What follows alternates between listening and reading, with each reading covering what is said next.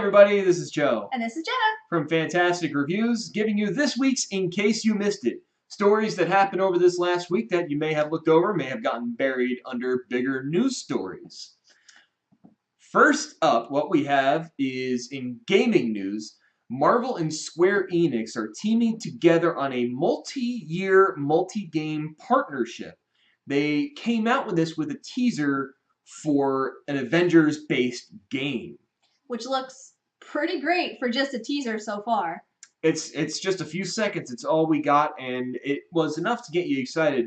You didn't really see much. It was just a lot of like visuals of iconic accessories, I guess you can call them, that the Avengers carry. Yeah, accessories. Like some shields like Captain America's shield. You see Iron Man's hand, stuff like that. Yeah. So it's going to be interesting to see what they come up with. They may or may not tie it into the Marvel Cinematic Universe. We're not sure yet. We do know that more details will be coming in 2018. I'd like to see what they do with it. They do Final Fantasy very well. Most of the games that they come out with are just phenomenal anyway, especially graphic and with their graphics. I don't know that I'd want it to tie in with the cinematic universe because that's just, they've already got so much going on. I don't want another thing I have to follow. But it'll still be a great story, I think, when it comes out. And in case anybody hasn't played Final Fantasy 15 yet, go pick it up. I'm in the middle of it right now. It is probably the best Final Fantasy I've played so far. Yeah, less swearing than we usually get with Final Fantasy games when we play that. Okay, up next, after that, we're going in some TV news here. The X-Men TV show has a pilot that was greenlit for Fox. Fox, I don't know, but still pretty exciting. For an X-Men TV show, I think they could do so much more with it being on a TV show. Bryan Singer will be directing, and it will be taking place from the outside of the X-Men looking in. So it won't actually be taking place from in the core group of the X-Men anymore. And it's going to be told from the story of a kid who is running away from home because their parents find out that they're mutants. So in every other iteration of the X-Men movies and stuff, it's always started with the core team. Yeah. Well, now it's going to start with someone from outside of the X-Men altogether. Yeah. And who knows where it's really going to go from there. Maybe the X-Men will find them. Maybe they'll find the X-Men. I don't really know. But that is what we know about it so far. Yeah, it'll definitely be an interesting take on it. And there's so much more you can do with a TV series than you can do with a movie itself. There's really no more specifics than that, and we don't really know what characters we will see or what we might see yet. More details will come later on. They have teased that there will be some major characters. Again, what that means, we don't really know. It could just be the character. It might not be the same actor in the movie. It might be someone completely different. So your guess is as good as ours, but at least it's coming. But we do know it's been greenlit, so that'll be something to look out for. Hopefully it lasts longer than one episode. It is Fox. What Fox likes to give, they also like to take away. Yes. Moving on to some movie news. Split did unbelievably well in the theaters, and M. Night Shyamalan did announce there will be a follow-up movie after this. It will tie in with Unbreakable. We don't know what it's going to be called yet. It might be called Split 2. It might be called Unbreakable 2. More than likely, knowing M. Night Shyamalan, it's going to be a completely different title with all the characters involved. It did make over $40 million in its opening weekend and only had a $5 million budget. So there's definitely going to be another movie. I'd call that a success. Definitely a success. Just a touch. Just a little bit of a success. He did confirm that it will follow Bruce Willis's character as well as McAvoy's character in it, and we will also see Samuel L. Jackson. Will we see him, or is it just going to be referenced? They didn't say that specifically. Okay, he's just going to be referenced. He may or may not be in it. Yeah. There hasn't really been anything said about that one. So, I still think it's probably going to be Bruce Willis has to go after McAvoy's character. I would love to see that movie. I would love to see that movie. And he's going to get there and be very confused about the split personalities and not know what's going on. So, as a side note, in case you missed it, we did do a movie review on Split last week. Yeah, it was a really good movie. See it while it's still out. Definitely. Next up, Tomb Raider is getting another reboot. Yep. Okay, sure. The casting is completed. Shooting should begin soon, Yeah. and they do have a estimated release date of March 18th, 2018. It's a good. Those movies are good, like action adventure, just entertaining movie that you don't need to look too hard into. So I think it's more see what timing happens. than anything because they did recently put out a slew of rebooted Tomb Raider games. They put out a slew, rebooted a lot of stuff.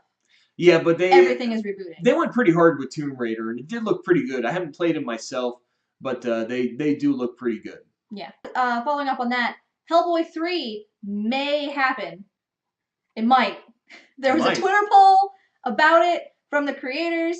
Everybody was really, really excited for it, and they did say that they were sitting down with Ron Perlman to talk about it. Although the other guys they still need to pitch it, so it may happen, it may not. It's kind of in that will they, won't they stage, but at least they're talking about it. Basically, Guillermo del Toro put out a Twitter poll saying, "Hey, do you want to see Hellboy 3 to make it?" And everyone pretty much said yes. Yeah. So he was like, "Okay, I'm calling Ron Perlman." And Ron Perlman is pretty much like, "Yeah, totally," because he's Ron Perlman. So he say no to anything. He's just amazing. So he has yet to meet with Mike Mignola, who's the comic creator of Hellboy. But it's what the fans want, so I'm pretty optimistic that it may go through. It's what the fans have wanted for years. I think most of them have wanted it. It's just kind of been in production hell for a while. No script, and then the last movie didn't do the best. So we'll see what happens. I'm excited. Ron Perlman's back. I'm good. I'll see it. Whatever. It's good for me. But speaking back to reboots, another Friday the 13th is coming out. Yay! They're saying it may be a reboot, but it sounds like it's going to be more of a prequel than a reboot because they're saying that it might follow young Jason. And the reason why they're saying that though is because the casting call called for like a set of twins that are kind of, awkward but like dark and sinister looking. Jason didn't have a twin. If they're doing it again for that, fine. We don't need young Jason. The entire first movie was about his mother killing people because her son died, because of irresponsible counselors. And then the whole thing spiraled off into a hellspawn, he came back from the dead thing. I'm fine with scary movies. Friday the 13th is always very interesting, so another movie's great. I don't need a young Jason movie. He dies. I get it. He drowns. I don't care. Like, what are they going to have them do after that? We already know the story. The tentative release date for that is October 13th of this year. So working title is Friday the 13th, Part 13. It's actually supposed to start shooting in March, so I mean, I don't know how they're going to make October. That's a really quick. They've been talking about this for a while though, and now the rumors are more secured now, I guess is the thing. I don't know. More people are talking about it. It does seem like it's actually going to happen, but I don't necessarily think we need this. Maybe another reboot of the first installment, maybe. A prequel? No. I don't need a prequel. Honestly, I'm tired of reboots. Let's come up with something original, please. Yeah. Please? No? Alright, that's fine. Finally, this week, the Oscar nominations were released. And the Oscars suck.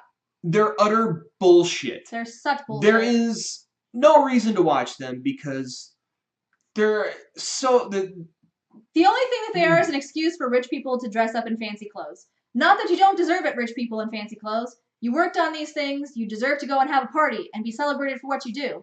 But the nominations are bullshit. The whole system bullshit. Is so antiquated and awful. It's because 98 out of 100 people in it are rich old white guys, and they're all like 80 to 97 million years old. And I think one of the big brags this year is that, they had 7 multicultural nominations for Best Actor or whatever, or something like that. 7. Not even 10. Can't even get double digits in there. The fuck Oscars. And they're bragging about that. Whatever. Anyway. Because the last year they had none. So, I guess. But to give you an idea where we're coming from on this, the top nominated movie this year is La La Land. It has 14 nominations. That ties Titanic in the amount of nominations that it has gotten. And I don't know if any of you guys have seen La La Land. We haven't. I haven't seen it. But I did look up the stats on it. It was the number 83 grossing movie. It was number 83 grossing Number movie 83. in 2016. $34 million it made at the box office. About 4 million tickets were sold. Now, let's compare that to the top 3 grossing movies of 2016. Number 1, Finding Dory. $486 million, about 58 million tickets sold. 0 nominations. 0. None. None. Not one. Rogue One, number 2. $425 million made at domestic box office. It just crossed $1 billion globally. 50 million tickets sold in the US. 2 nominations. And it was only nominated for Best Visual Effects and Best Sound Editing. That was it. Really? Seriously.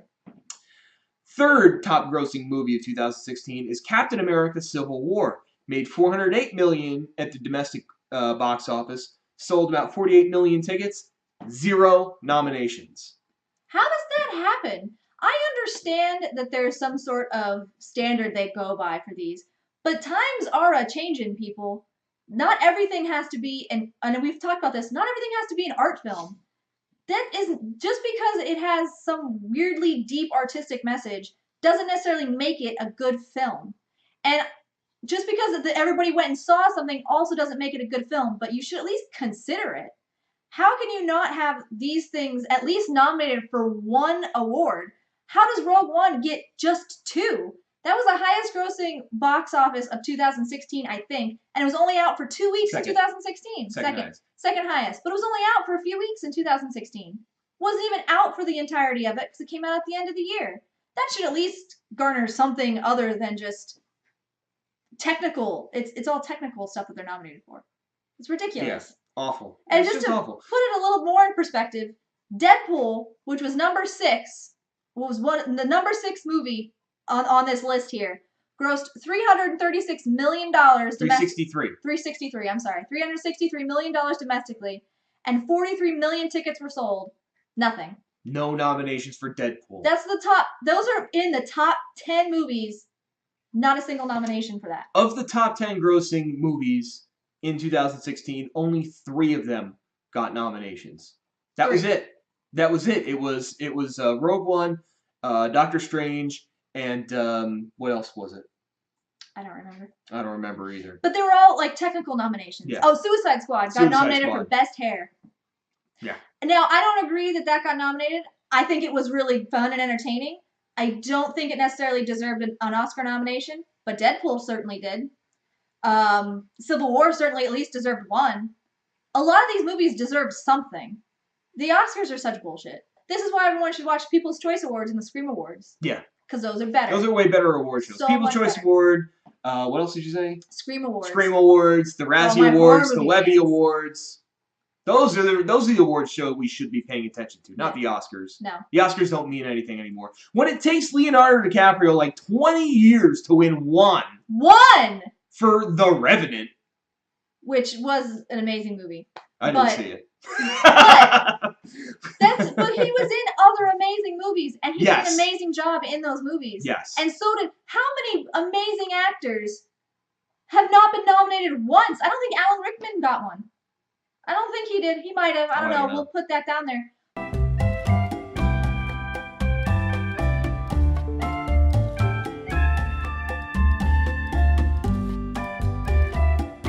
But there's so many great movies, actors, stunt performers, visual effects that don't even get recognized. That's something that's supposed to be the biggest award show ever. That's not right. I'm sorry, that's just not right. Ridiculous. So to wrap up, La La Land, best movie you've never seen. Oscars are bullshit. Give Deadpool an Oscar. Give Deadpool an Oscar, and go see Split while it's still in theaters. Absolutely. You're definitely going to want to see the next M. Night Shyamalan movie that ties that with Unbreakable. Mm-hmm. Yeah. I actually have to go back and watch Unbreakable because it's been a long time since I've seen it. I've never seen it. It did not look interesting, but I'm going to go see it because of Split. Like, now I'm going to be like, oh, what might happen? I know what happens because I read the Wikipedia page. Wikipedia. You can't lie. It's on the internet.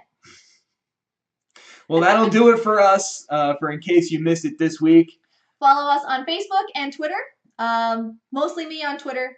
I just rant about things. I've been posting a lot of Final You have been Fantasy posting 15 about Final stuff Fantasy. lately. Because I've been enjoying the shit out of that game. Yeah, see? So much swearing. But in a good way. In a good way for From this Jersey, time. what do you want? I'm wearing your team's t-shirt. I know. I miss Crazy Eyes. Anyway, follow us on Facebook and Twitter. Check us out on YouTube. Like, subscribe. If you don't like us, tell someone you don't like and ruin their day. It's always good. So it's a win-win either way. Leave a comment below. Let us know what you thought about what we're talking about. Let us know if there's anything we missed that you want us to cover. We really want to hear from you guys. All right. Bye, Internet. Bye.